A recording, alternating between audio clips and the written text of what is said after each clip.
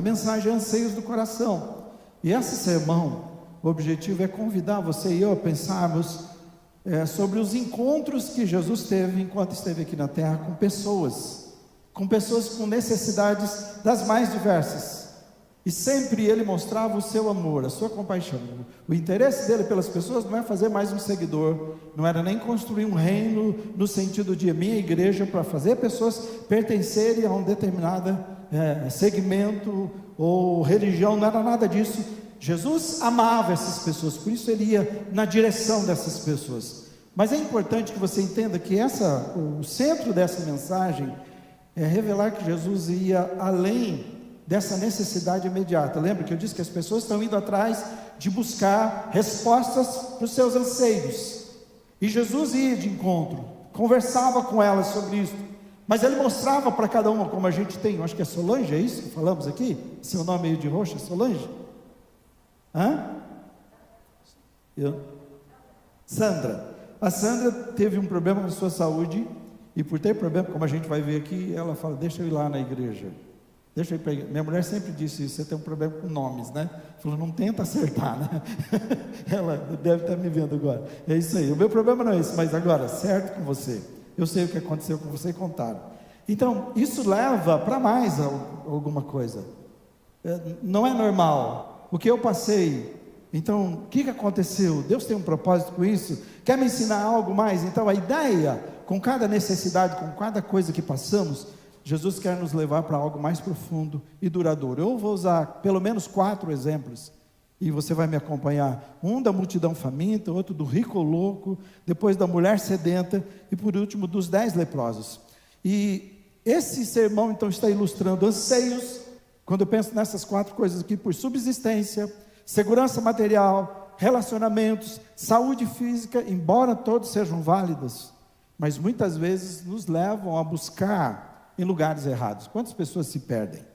Já ouvi sobre pessoa, qualquer coisa que você me pedir para fazer, para eu ser curado, por exemplo, desse câncer, você pode me falar, eu vou. E aí você fala os extremos que as pessoas vão atrás, porque ele está tão preocupado somente com isso, ele não consegue ver além. Mas aqui, e o que Jesus quer é assim, não se contente com soluções temporárias. Essas são soluções que são seus caminhos, que você busca, diz, há uma resposta definitiva para o seu anseio, para a sua busca.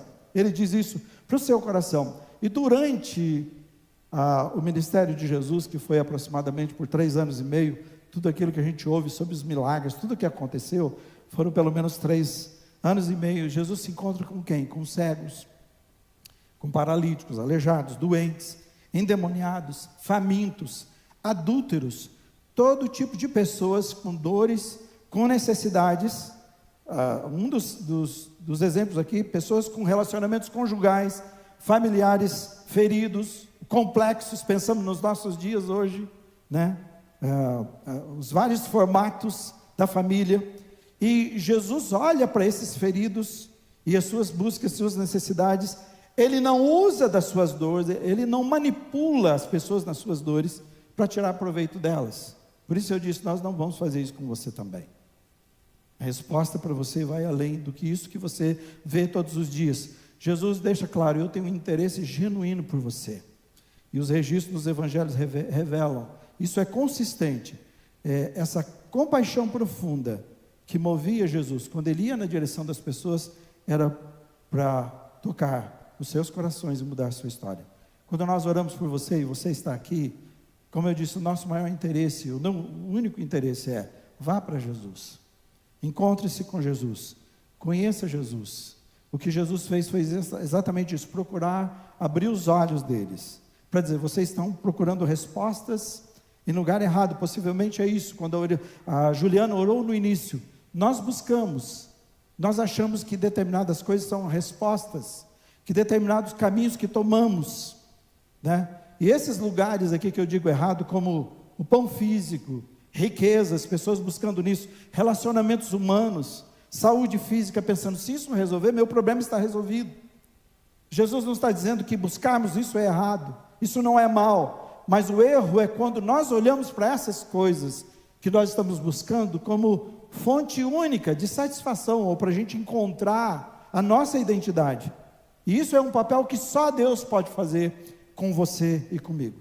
Então eu disse, eu vou apresentar 4 situações rápidas para você pensar comigo em situações vivenciadas por Jesus, e que ele cria, veja isso, ele cria uma conexão daquilo que está acontecendo com as pessoas e com o espiritual. É isso que ele vai fazer.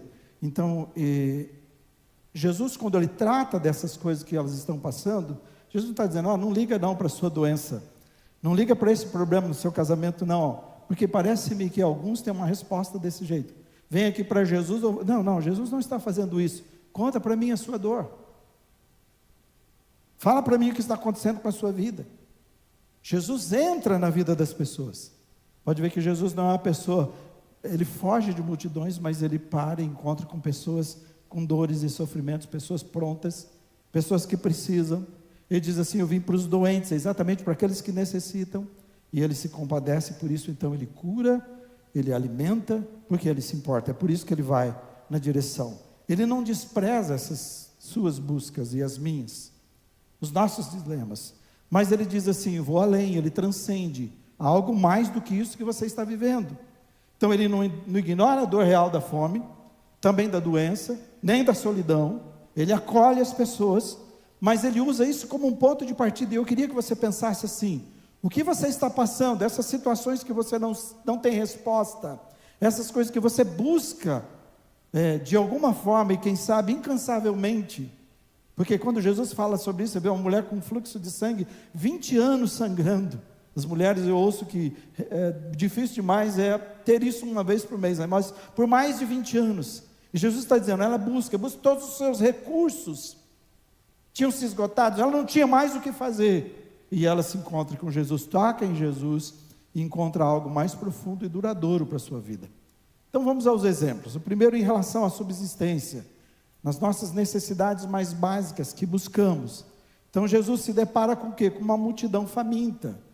Qual é o enfoque aqui, falando dessa comparação que Jesus está fazendo? É a fome física versus fome espiritual. Em João 6, 25 a 27 está dizendo assim, Jesus alimentou 5.000 pessoas, e essas 5.000 pessoas que ele alimenta, não contam mulheres e crianças. Veja só, não tem jeito de você não ver. E aí são 5.000 pessoas que ele pega 5 pães, 2 peixes, e alimenta 5.000 homens, sem contar mulheres e crianças. Então, algo extraordinário aconteceu. No outro dia, essa multidão alimentada está correndo atrás de Jesus, vão para todos os lados, e para cá, e para lá, no encontro, e vão, aí de repente descobrem, Jesus está fugindo da multidão, e Jesus, ele tinha essa intenção, ele tinha um ministério para cumprir, então ele vai para o outro lado do mar, essas pessoas descobrem, pegam seus barcos, vão até lá, encontram Jesus, a gente está te procurando. Aí Jesus responde, para você entender claramente o que ele está dizendo, vocês estão me procurando porque comeram pães e ficaram satisfeitos.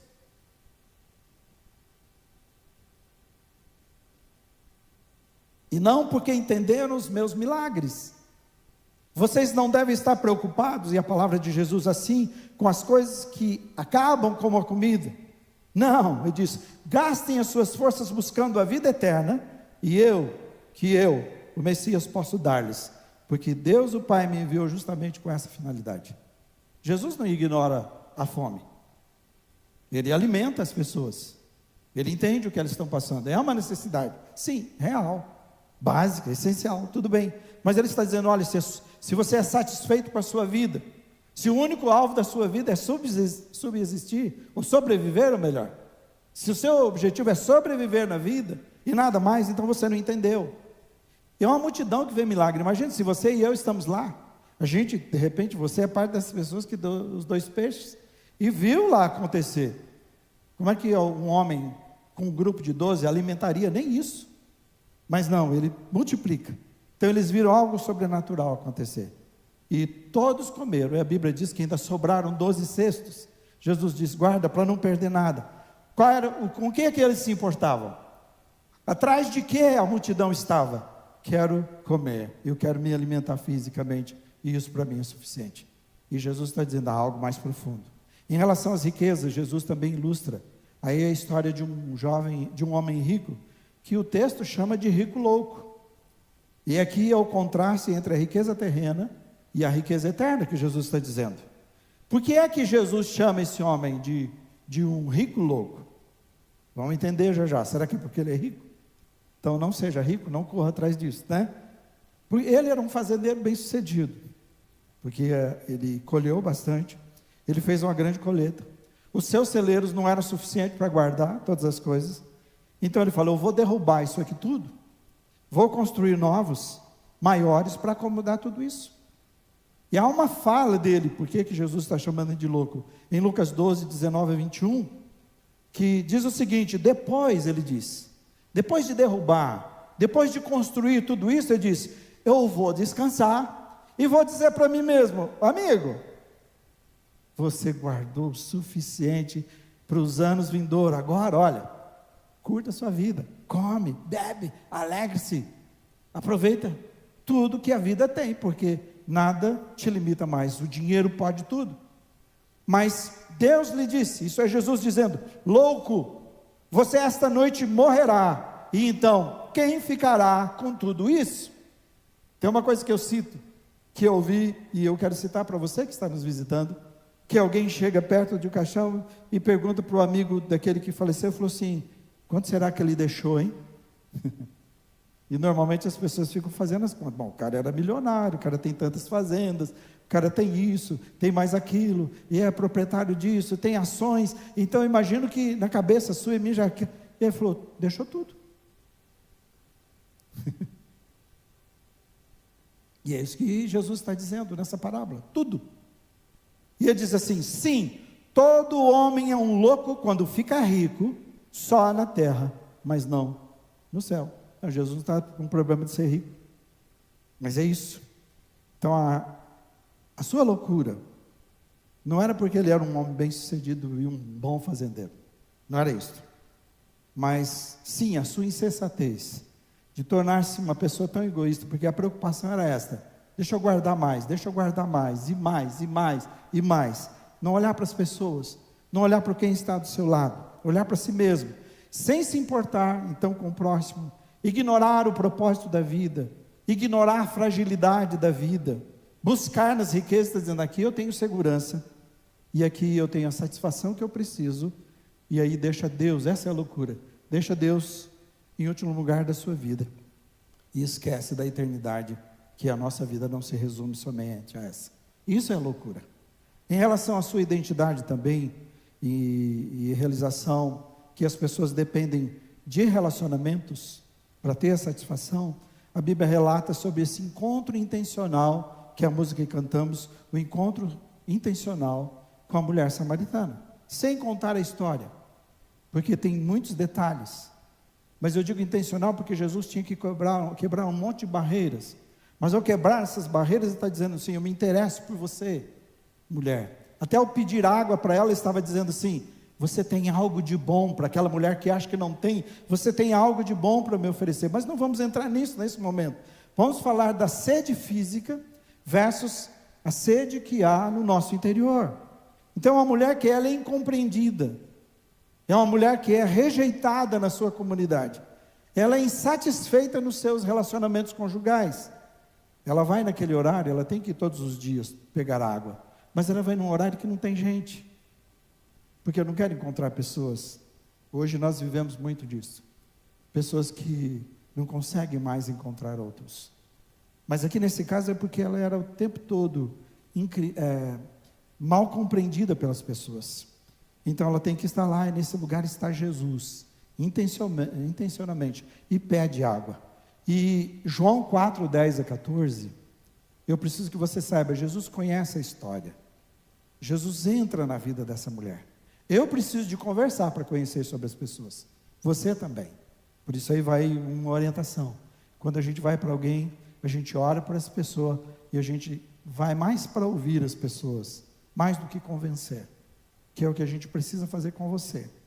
Se você nos der a oportunidade, a gente vai querer se aproximar de você, ouvir a sua história, como Jesus faz, entender os seus dilemas, e de alguma forma te levar a entender o quanto Jesus te ama. E a resposta de Jesus, depois de entender, de aprofundar na vida da mulher, ele diz para ela: olha, se ao menos soubesse que presente maravilhoso Deus tem para você. E quem sou eu, ele disse, você me pediria um pouco de água viva. Ele vai lá para a mulher que busca água, para a mulher também que tem uma sede interior, e fala, tenho água viva. E pulando os versículos no 13, diz assim, Jesus respondeu, que as pessoas iam voltar lá, quem depende da água física ia voltar lá, ia ter que beber de novo, e mais uma vez, e mais uma vez. Mas no versículo 14 ele diz assim, a água que eu dou, disse ele, torna-se dentro de todos uma fonte permanente, dando-lhes de beber a vida eterna para sempre. É interessante, não é que você não terá sede, mas você vai ter uma água que sacia essa sede constantemente, vai ser uma fonte interna. Nós buscamos em coisas que logo passam. Se você disser para mim, meu maior sonho é comprar uma casa, quando você comprar, você precisa de mais outra coisa. Meu sonho é ter melhor carro, se você tiver, você quer um outro carro. O exemplo do que as pessoas estão vivendo no seu dia a dia, os mais ricos. E Jesus, então, relacionou com a busca interior. A busca interior estava ligada aos seus relacionamentos. Ele relaciona com isso. Ela já tinha divorciado 5 vezes. E agora estava juntado com outra pessoa. Era o 6º homem na vida dela. Ela estava decepcionada com a vida. Decepcionada com os relacionamentos, inclusive seus amigos que a abandonavam. E a forma que ela tentou resolver a sua sede interior foi assim, mais um homem, mais um relacionamento, e aí ela descobre que o seu vazio se torna cada vez mais profundo. É disso que Jesus fala. O último exemplo, em relação aos que sofrem com doenças e vão na busca de curas, a cura, nós temos um episódio de 10 leprosos. E aqui, então, é a cura física versus a cura espiritual. Jesus, ao chegar à cidade, 10 leprosos estão gritando, Jesus, tem misericórdia de nós. Você sabe que eles são separados, ou eles têm que gritar que são leprosos, porque não pode se aproximar das pessoas. Essa era a ideia, é assim que funcionava. E Jesus tem misericórdia, Jesus se aproxima, cura essas pessoas. E ao curar, e depois diz assim, vão até os sacerdotes, que esse era um padrão da lei judaica, vai lá, apresenta ao sacerdote. Só rapidamente eles precisavam ir por causa de comprovar que havia cura, para que também eles pudessem ser, diante da palavra do sacerdote, reintegrados à comunidade, reintegrados à própria igreja, que vamos chamar assim, e outras coisas mais. Então, vão lá e façam isso. E a Bíblia diz que enquanto eles estão indo, é no caminho que eles são curados. E os 10 foram curados. Mas a Bíblia diz que somente uma pessoa voltou para Jesus. E quando ele chega para Jesus, ele chega gritando para Jesus, glória a Deus, glória a Deus, glória a Deus, eu estou curado. E Lucas 17, 16 a 19 diz assim, prostrou-se aos pés de Jesus e lhe agradeceu. Este era um samaritano. Quando Jesus usa isso dizendo que é um samaritano, ele bate de frente com os certinhos, com as pessoas que se achavam os melhores da religião, que eram os fariseus, exatamente falando de um samaritano que para eles era a ralé do povo. E ele diz, esse que voltou, não é judeu, não é mestre da lei, não é como vocês, que se acham certos, era um samaritano. Versículo 17, Jesus perguntou, não foram purificados todos os 10? Onde estão os outros 9? Não se achou nenhum que voltasse e desse louvor a Deus, a não ser esse estrangeiro? Então ele lhe disse, levanta e vá, a tua fé te salvou. Ora, se ele tinha sido curado, do que é que Jesus está falando? Jesus está falando da cura da alma. Jesus está dizendo algo mais importante na sua vida. E aquele homem que volta e que entende que há algo mais na sua vida, então ele volta para agradecer a Deus e Jesus diz, você também está curado da sua alma.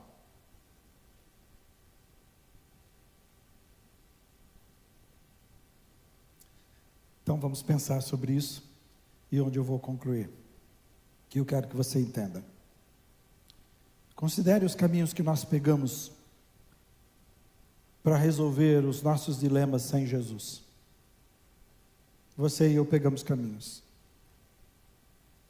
E o que Jesus está mostrando para você e para mim é que eles não vão levar para o caminho eterno, para a resposta que você precisa.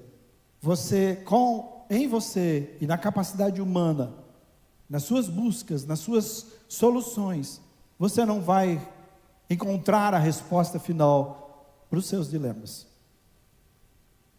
Em cada um desses 4 exemplos, Jesus leva em consideração o que passaram, mas Jesus chama para a realidade mais profunda. Está dizendo assim, existe algo mais do que isto. E pode ver que para cada uma dessas necessidades, Jesus apresenta uma solução definitiva. Para os que se preocupam somente com a vida física, ele apresenta e diz, eu sou, porque logo após ele diz assim, para aqueles homens que vieram correndo atrás de comida e estavam satisfeitos com ele, com isso ele diz, eu sou o pão da vida. E na tentação de Jesus, nos 40 dias antes de começar o seu ministério, a primeira tentação é para Jesus, transforma esses pães. Jesus tinha poder para isso, essas pedras em pães. A resposta de Jesus foi aquilo que o povo de Israel viveu naquela imersão no Egito, sem água, sem comida, por 40 anos. E Deus diz assim, meu desejo foi ensinar a vocês, que não só de pão vive o homem, mas da palavra que sai da boca de Deus. Quando ele diz não só de pão, ele está dizendo, eu reconheço, você precisa comer para viver. Mas diz, não coloca isso como a meta da sua vida única. Você não pode viver assim. Então, Jesus tem uma resposta. Eu sou o pão vivo que veio do céu. Eu sou o verdadeiro alimento. Quem se alimenta de mim, jamais terá fome, jamais terá sede. Para os que buscam a realização na segurança das muitas riquezas, Jesus afirma, você não pode ser protegido por ela. Você já ouviu de pessoas, eu não preciso dizer isto, se me dissessem, com toda a possibilidade que eu tenho, e riqueza, se me dissessem, que qual país que houvesse a melhor medicina, eu levaria tipo meu filho lá, para mudar a história, mas não tem. O Covid mostrou isso para a gente tem muitos resquícios ainda, né? De que chega um momento que não tem o que fazer, a não ser esperar e confiar. E a palavra de Deus é assim, viemos nus, nós vamos voltar da mesma forma diante de Deus. E a loucura do rico não está em ser bem-sucedido, seja bem-sucedido, por favor, não falhe nisto. Jesus é alguém que faz isso, ele é o dono de tudo que há, o seu universo é tão perfeito, então ele quer as coisas perfeitas na sua vida também, ele planejou que você se dê bem na vida, que você se alegre. Contudo, a loucura está em viver como se Deus não existisse, em colocar a sua segurança total em posses materiais. Por isso tem pessoas que perdem casamento, perdem saúde, perdem amigos, perdem tudo, perdem família, porque estou trabalhando, porque eu preciso mais e mais e mais e mais. E o problema é esse então, o problema é esquecer da brevidade da vida, e que mais cedo ou mais tarde nós vamos ter que nos encontrar lá na eternidade, e dizer o que nós fizemos com essa vida que Deus nos deu. Então ser rico para Deus, quando ele diz quem é rico para o mundo não é rico para Deus, ser rico para Deus é a gente manusear as riquezas de maneira certa, não é sermos controlados por ela, mas manusear de tal forma que isso agrade a Deus, que a gente entende que a vida não se resume a esta, somente, e que nós vamos buscar a Deus, e entender o propósito de Deus, por que estamos aqui, o que Ele espera de nós, o que Ele planejou para a gente. Também para aqueles que procuram incansavelmente preencher o seu vazio, tentando encontrar outra pessoa, e aí que vai para você que pensa em namorar um dia, se já não está. A gente foi criado assim, olha primeiro para os nossos pais, né? A minha netinha chegou ali, a menorzinha abraçou, ficou, então eu sou o herói dela agora, um dia eu vou deixar de ser tanto assim, Eu sou também, mas primeiro os pais, né? E eu também sou. E é assim, ele está olhando para os filhos, para os seus pais, crescendo, tendo essa imagem de Deus. E aí, então, depois vai passar isso para uma outra pessoa. Depois não é mais o pai e a mãe, e agora é um rapaz ou uma moça que a gente vai tentar encontrar para ter essa mesma coisa, porque Deus criou a gente assim, para a gente olhar para alguém. Mas o problema é quando a gente acha que uma pessoa é a resposta. E a ideia é o seguinte: se você já não é feliz como você é hoje, nenhuma outra pessoa conseguirá preencher o seu coração e transformar você numa pessoa feliz. Ninguém pode. Por isso muitos casamentos terminam logo quando começam, porque eu estou buscando alguém que seja minha cara metade. E eu queria dizer para você que não existe. A gente cria isto. É bom a gente procurar a vontade de Deus, mas Ele não escolhe com quem você vai.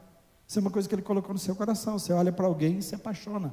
Por isso que alguns se apaixonam por pessoa errada, muitas vezes. Então, tentar encontrar em alguém, talvez você é alguém decepcionado com seu namorado agora, namorada, decepcionado com a sua esposa, ou com seus pais, e ele está dizendo assim: quem tenta buscar sentido aí, a sua identidade aí, ou a realização aí, não é possível. Por isso essa mulher é uma mulher sedenta. São 6 relacionamentos, gente. A gente assusta hoje com os divórcios, não é verdade? Está ficando normal cada vez mais. Essa passou por 5. Em relação às doenças, claro que é importante ser curado. Eu estou orando por isso, eu oro. O tempo todo peço: Senhor, protege. A gente pede cura. Jesus curou. Mas quando isso se torna a única compreensão da vida, se eu for curado, está tudo bem, e eu não entender que há algo mais profundo, porque Jesus chega a dizer assim: é melhor você entrar manco, é melhor entrar cego, é melhor, quem sabe, entrar faltando uma mão. Falou: seu corpo é importante, mas é melhor faltar algo assim, do que você comprometer a sua alma. Quem sabe alguns não receberão respostas. Nós oramos tanto por algumas situações que Deus não respondeu, e a pessoa foi levada. Mas qual é a preocupação maior? Não é como se ela vai viver mais aqui, é para onde ela vai depois que sair daqui. Então a certeza que a sua alma foi restaurada, foi transformada. Então é isso que Jesus deseja fazer, essa restauração, essa salvação. Então, terminando sobre isto, Jesus não ignora as nossas buscas equivocadas, se você já teve muitas, seus erros e acertos. Ele não ignora o nosso sofrimento, nem as nossas necessidades. Tem gente que até diz assim: deixa os seus problemas lá fora e vem aqui. Não, meu irmão, aqui é hospital, é aqui. Aí você fala assim: nossa, mas tem nessa igreja tem uns caras meio defeituosos. Tem bastante. Porque aqui é o lugar. Vem para cá. Aqui não é lugar de gente perfeita, é de gente buscando andar com Jesus e buscando, pedindo que Ele mude, que Ele transforme as nossas vidas. É assim. Então Jesus não ignora nada disso. Jesus não vai falar: não, conversa isso comigo não, vamos espiritual. Não, fala para mim qual é a sua dor, deixa eu ter uma resposta para você. Por isso, ao passar, Ele alimenta, Ele cura, Ele liberta, Ele transforma, Ele muda a vida das pessoas. Mas Ele diz assim: você tem algo mais que você precisa na sua vida. E eu queria dizer para você que hoje, para mim é esse momento muito importante, pensando em você aqui com a gente. Nossa oração todos esses dias, a minha oração é que os seus olhos sejam abertos. Eu falei algo, mas eu sei que o Espírito Santo falou com o seu coração, mais do que eu falei. O Espírito sabe quem é você muito mais do que eu. Eu consigo conversar com você um pouco, mas a sua história é mais profunda. Sua busca é maior, seus dilemas, quem sabe suas frustrações são muito maiores. Mas eu queria que você entendesse a resposta de Jesus. É simples, mas não simplista. João 14,6 diz assim: Jesus disse: eu sou o caminho, a verdade e a vida. Ninguém pode chegar até o Pai se não passar por mim, se não for por mim. E eu disse o seguinte: nossas buscas são os nossos próprios caminhos que eu e você fazemos. E é com isso que você está decepcionado. Já tentei isso, e mais aquele outro, como aquela mulher do relacionamento. A mulher do fluxo, que é uma outra história, que diz que gastou com todos os médicos, fez tudo o que tinha que fazer, 20 anos, não tenho mais nada, empobreceu, não tinha mais o que fazer. É assim que acontece conosco. O que é maravilhoso com Jesus é que Ele encontra a gente lá nesse lugar que nos encontramos, da nossa decepção. Quando eu não tenho mais o que fazer, Ele estende as mãos e diz: eu estou aqui, e eu posso ser o fim das suas buscas. O que a palavra de Deus diz que precisa fazer, que eu disse que é simples? Romanos 10, 9 a 11 diz assim: se você confessar com a sua boca, olha só o que é que Deus estabeleceu. Se você confessar com a sua boca que Jesus é Senhor, e crer em seu coração que Deus o ressuscitou dentre os mortos, ele diz, você será salvo. Não tem penitência. Não tem, deixa eu acertar a minha vida primeiro. Deixa eu mudar a minha vida primeiro. Ou deixa eu fazer. Não, Jesus não está falando nada disso. Você não tem. Se você pudesse acertar, eu e você não precisávamos dele. Por isso ele vem e diz: eu não sou um caminho. E ele diz assim: porque com o coração se crê para a justiça, e com a boca se confessa para a salvação, como diz a Escritura, e olha que maravilhoso: todo que nele confia jamais será envergonhado. E diz: se você confiar nele, se você fizer o que ele está dizendo, falou, você não vai se decepcionar. Ele não decepciona você jamais. E ele está falando: creia com o coração, confesse com sua boca.